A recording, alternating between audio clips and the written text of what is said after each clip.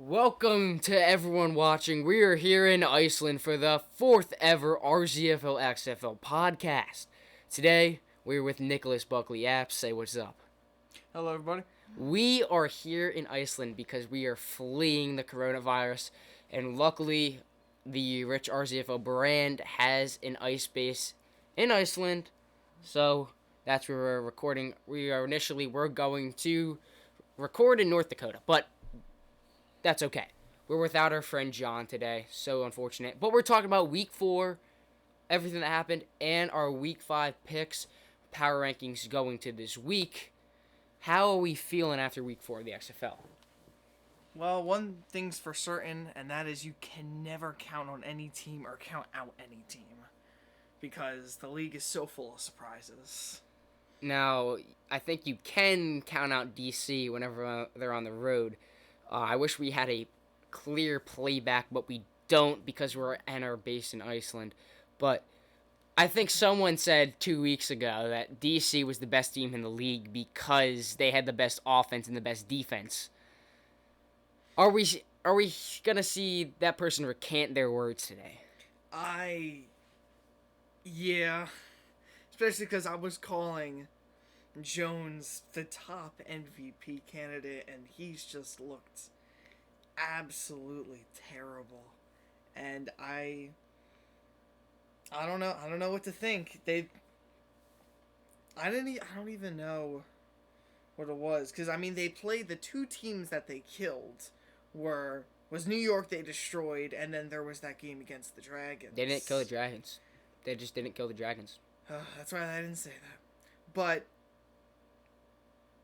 they won nonetheless. Mixing everything up right now. That's because they were at home.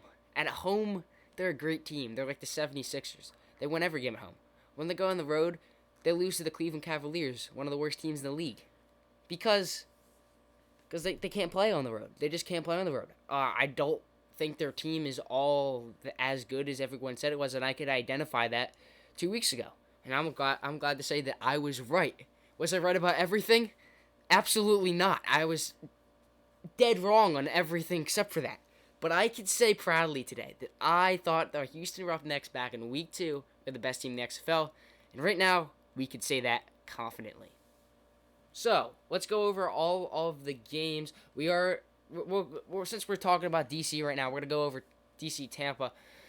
We're with the Vipers fan who thinks that Tampa is the best thing since sliced bread. I don't think so. I think they're the most overrated team in XFL history, and I called the Defenders that 2 weeks ago. Now, I can tell that the most overrated team in XFL history is a high bar in the 4-week history of the XFL. But I believe that they're about to go on a pretty massive run because they've finally figured out which works, and that is taking the ball out of Cornelius' hands. Seriously? I'm serious. The corn dog. Your quarterback's name is the corn dog, and you're expecting to go on a big run because, we can take it out of his hands. Well, guess what? You need to pass the ball to win games. I don't care if you had the first ever 100-yard rushers. That was against the second most overrated team in XFL history. You guys are now the first team because you're 1-3 and people are putting you at number 4 in power rankings. It's ridiculous. I think it's ridiculous that you think that you have to pass the ball to win the game, because I think It's 2020. The Vipers proved that wrong. It's 2020. You got to throw the ball. NFL, all of the NFL's high-powered offenses all revolve around the passing game, unless you're the Titans, which isn't even that really a powerful offense. They just had a good run with Derrick Henry at the end of the season.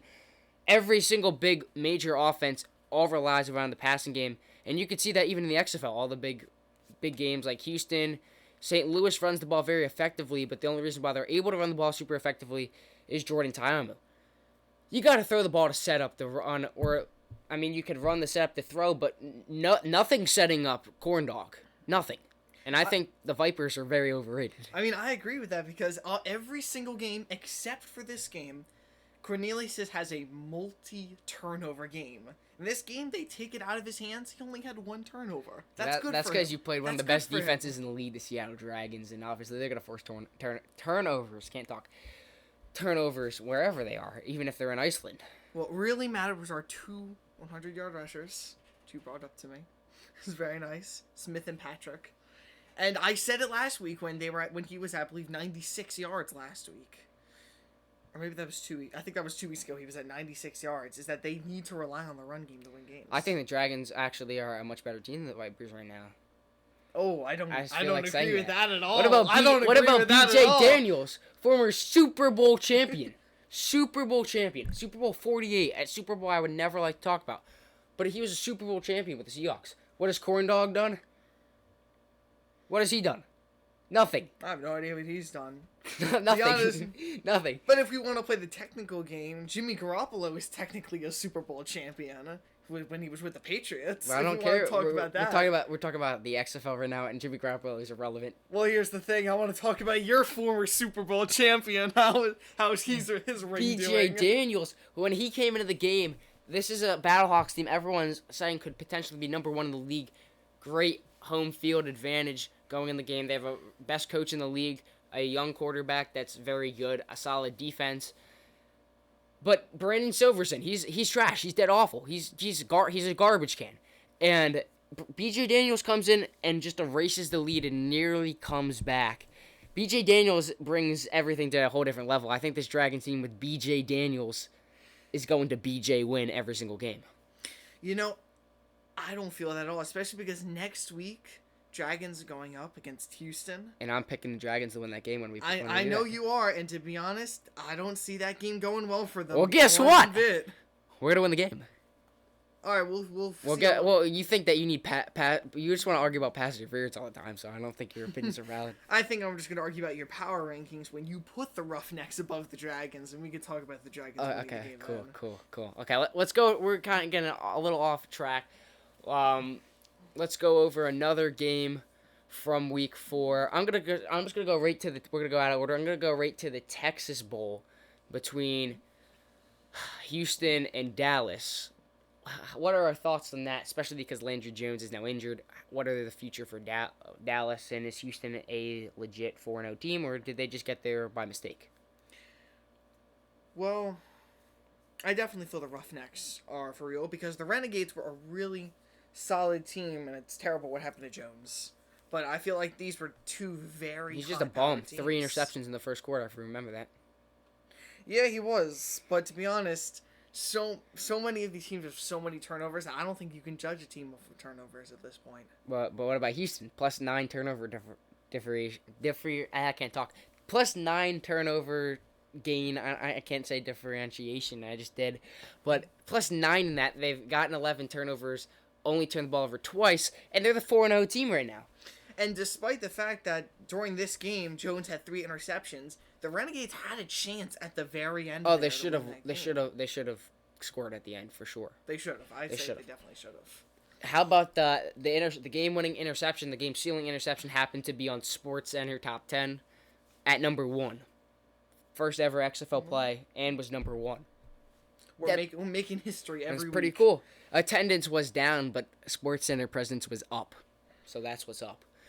Then we'll go over the Dragons. The Dragons against the Battlehawks. We already run over that. BJ Daniels almost saved the day. Jordan Time looked really good. The run game looked really good.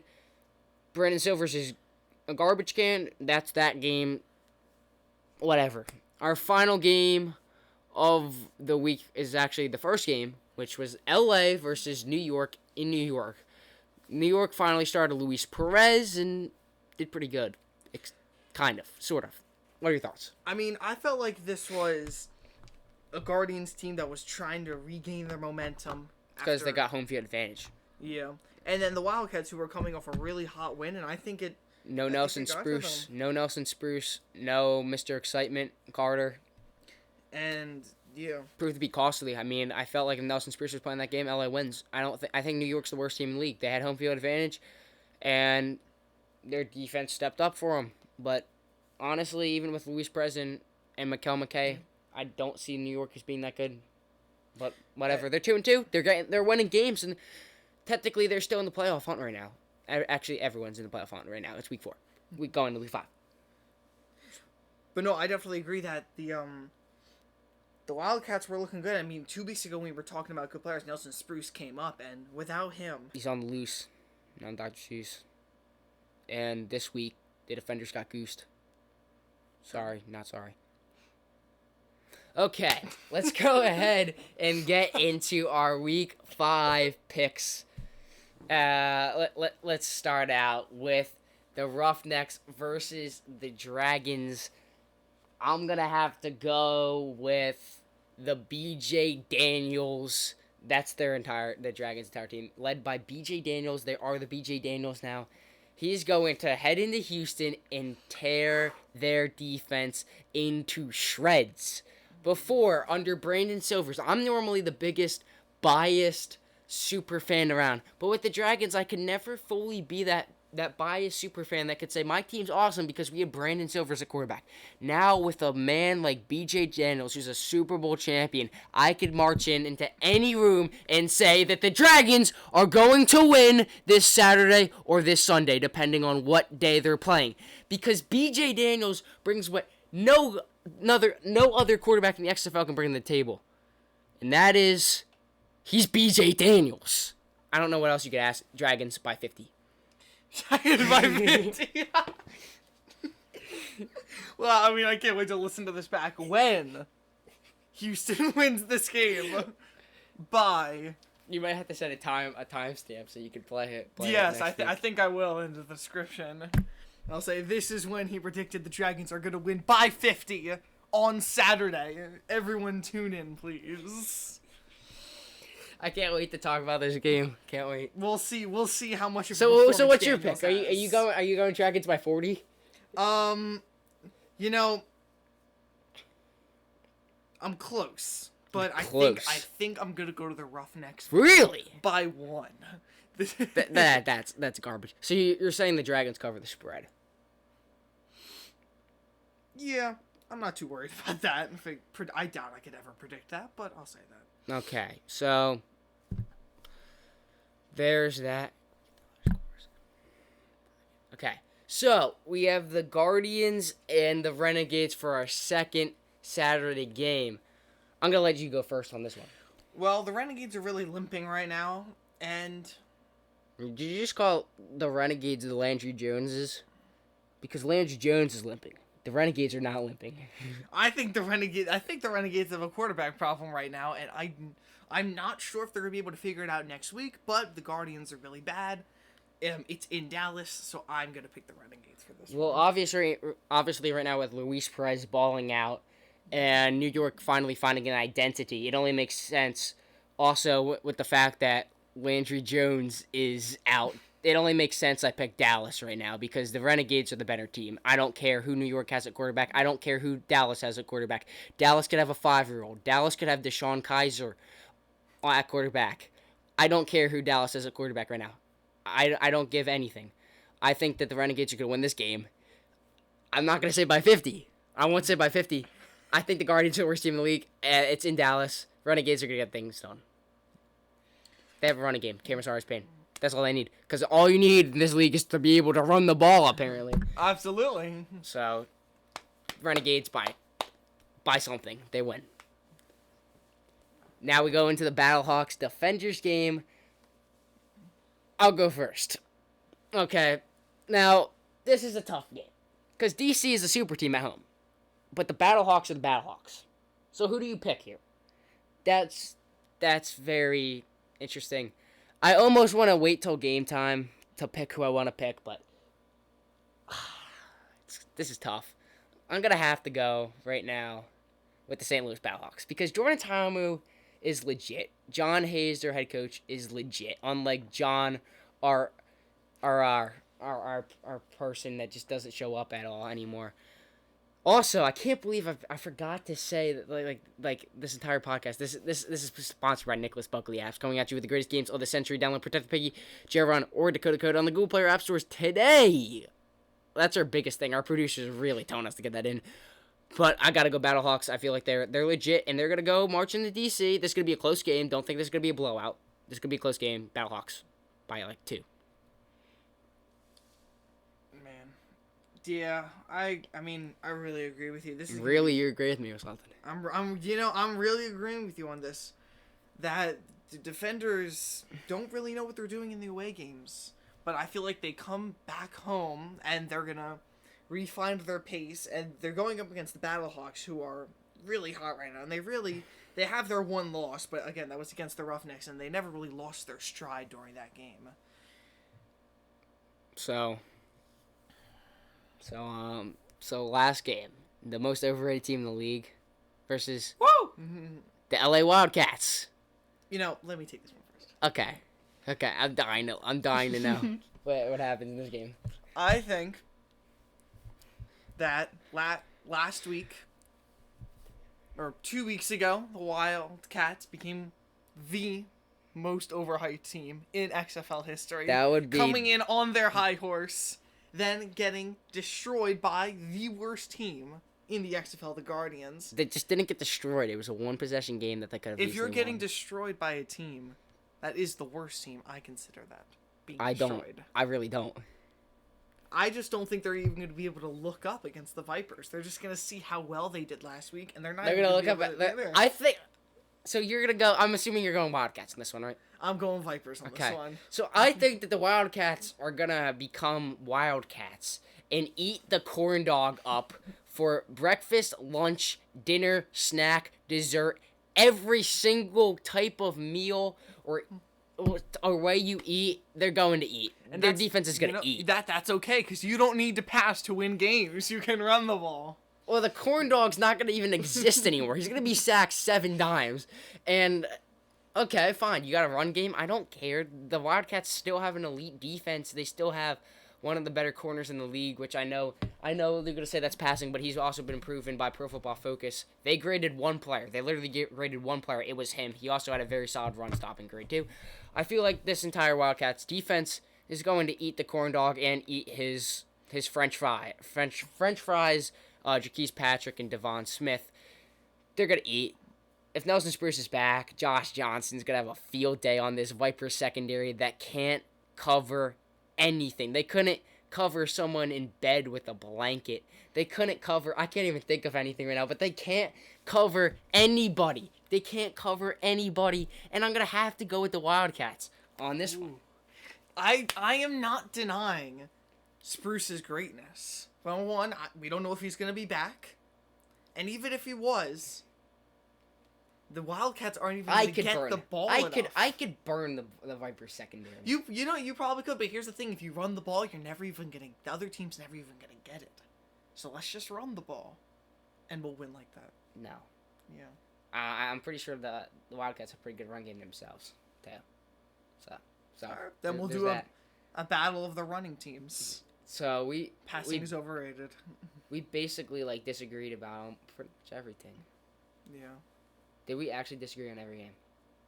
Yeah, because I picked the Roughnecks, Renegades, Defenders, and Vipers. You picked the Renegades though. What are the Guardians? Shoot.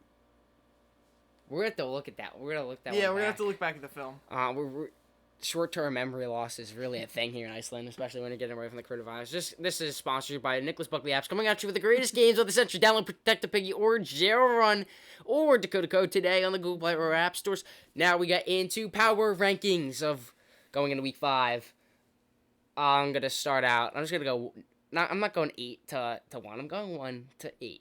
At 1, the Houston Roughnecks that are going to fall after this week. I just have to put them there because if I do look stupid and the Dragons do not win by 50 points, I need to say, don't worry, I picked the Roughnecks as number 1. They are the best team in the league. That's going to change, though, because when a BJ Daniels-led Seattle Dragons team marches into Houston, things are going to change. Okay? So, I go them at number 1. At number 2, it's the Battlehawks, because the Battlehawks are the Battlehawks. And they were able to fight off a BJ Daniels-led Dragons team in the second half, sort of. They're disciplined, mostly disciplined. They're a solid team. I like their weapons. DeMarne Personnel is one of the most underrated receivers in the game. So, I gotta go Battlehawks. At number 3, I said I don't care who's at quarterback. Dallas is gonna be 3 for me because Dallas has the most proven team right now and they'll bounce right back. I'm not gonna worry about them too much. At 4 through 8, put anybody you want in there. Just don't put the Vipers at 4. If I was going to go 14 because I'm biased, I'd go the Dragons at 4. But you can put anyone you want. Over to you. I mean, my 1, 2, 3 is exactly the same. I'd go Roughnecks number 1. They're just They're They're the best team. not after week 5 though. Then the Battlehawks number 2, and then the Renegades number 3. I feel like I might have put them in number 2, maybe. But again, their quarterback uncertainties. So you're telling me if the Renegades had Landry Jones, you're telling me you'd put them over the Battlehawks? I said I might. I would have had to see how he played out the rest of it. But he missed like a drive. If he went and he led that final drive and won the game. Well, guess what? If you drop a screen, they were gonna run the same screen pass. Doesn't matter. Philip Nelson did a pretty good job of getting down the field because of a pass interference, and then he completed one other pass. They would have ran, if they were in that situation, they would have ran the same screen pass that would have gotten intercepted. Maybe with Jones as quarterback, they would have made it, because I'm not judging Jones as the quarterback, I'm judging the team as a whole, and they weren't able to convert in those last minutes. Maybe if they were, they'd be number 2. I can't say it. Right now, I'm putting them number 3. No, absolutely not. No. Okay, keep going. Okay. Number 4, I'd put the Defenders. I feel like they're a home team. They're a home team. I feel like they do really well at home. They got to figure out what they're doing away, but I do feel like they are going to be able to figure it out. 5, the Vipers. They're going to come. They're going to overrated. They are going to kill overrated the Wildcats. After them is going to be the Wildcats. Because I just feel like they had one good game, and guess what? They're about to I'd like to destroyed by the change my Vipers. power rankings. I'd like to put the Vipers at the guaranteed 8 spot. Wow, look at that. All right, then I'm going to change my power rankings on a whim. I'm going to put the Guardians number 7. Because, you know, they may be really bad, but they're still better than the Dragons, who are number 8. Who beat the supposed very good Vipers. Hey, you have good games, you have bad games. I think the Vipers had 3 really bad games, and now they found their stride. That's all I'm saying. That's just not how it works. That's not how it works. It's like a team in the NFL. They lose 7 games in a row and they win 1. They're like, we found our stride because guess what? We looked really good this week and we could beat anyone. The Vipers are gonna go 1-4 after this. Exactly. That's what happened with the Wildcats. Their loss is good. The win was a fluke. But all those Vipers losses, they were all flukes. But I want to... Okay. Well, the Wildcats, against the Roughnecks, played very well until the end of the game. And let's not forget, they did not have Josh Johnson that game. They did not. They had that Kanoff guy, and then he got benched, and they put the third-string guy in. He sucked, so he got benched, and they put the backup back in. With Josh Johnson, that game would have been a whole lot more interesting. Then... Against the Renegades, Josh Johnson played as bad as you could possibly play, and they still almost won that game. But I think it's really and even their loss to the Guardians was still a close game. The Wildcats are at home. All 5 people that show up to their games are going to support them and cheer them on, and they're going to win. I'm going to keep cutting you off. The Vipers ran around like a chicken with their head cut off for the first 3 games. This podcast is sponsored by Nicholas Buckley Apps, coming at you with the greatest games of the century. Download Protect the Piggy J-Run or Dakota Code today on the Google Play or App Stores. Back to you. How much do you say the Dragons are going to win by? 50. All right, then I'll take the Vipers by 45 in this game. Okay. We'll timestamp whatever this is. Yeah. And we'll see what happens. They beat the Defenders by 25. I think they could beat the Wildcats by 45. We'll see what happens. Let's talk about playmakers in this game to wrap things up. Cam Phillips, 1 reception for only 8 yards. Didn't matter. The Roughnecks won. Cam Phillips is definitely going to have to get going if he wants to beat the Dragons or even lose to the Dragons by 20 because the Dragons are going to win by 50. My most underrated player in the league is a tie between 2 Seattle Dragons. It's a tie between Marcel Frazier, Federal Frazier, and Steven Johnson. Steven Johnson leads all of the XFL in tackles. All of the XFL in tackles. All of the XFL in tackles. He leads all of the XFL in tackles. And he leads all of the XFL in tackles with 40 tackles. That's ridiculous. If you lead all of the XFL in tackles, and if you lead all of the XFL in tackles, you should be you should be regarded as one of the better guys. And it's not only about tackles, even though I said it about 9 times. He is a very solid player. He forced interceptions, deflected multiple passes. He's all over the field. He's the clear captain of the defense. And then Marcel Frazier, Federal Frazier, he goes federal all the time. He had 2 crucial turnovers, including a pick 6 against the Vipers. The Vipers are so bad that Flowers leaves the team. He was the one who threw that pick 6 to Marcel Frazier. Then the next week, Marcel Frazier had a crucial strip sack and recovered it. This week, he still played solid. Offensively, I got to go Demirne Personnel as one of the more underrated players. Had a very solid week against the Dragons. So there's that. And any picks or any notable players from you? Well, I think I first have to talk about the now underrated, but I feel like now appreciated, dual running backs of the Vipers, who I feel like were just waiting for their chance. And you got little glimpses of it, but now they were fully utilized, and I feel like they're gonna be the powerhouse. I really don't think for the rest of the season. I don't think when you're up by 20 something points and just running the ball in teams' faces really counts as quality rushing yards. I don't at all. Even if you do, you can't deny the fact that that's what won the game. So Nick Bro No. No. I'm saying a majority of those rushing yards were later in the game. Even if they were, I'm saying in the early game, running still It was a big part of the win. It was a big part of the win, but that's because the corn dog looked like a quarterback for a little bit. They need the corn dog to win the games. You don't need a pass to win the games. Yes, you do. It's called modern day football. We're not back in the 1920s. I feel like if the this isn't a flashback. This is the XFL isn't a recreation of the early 1900s football. This is actual football. Well, 21st century football. 21st century football with people that throw 4 interceptions in single games.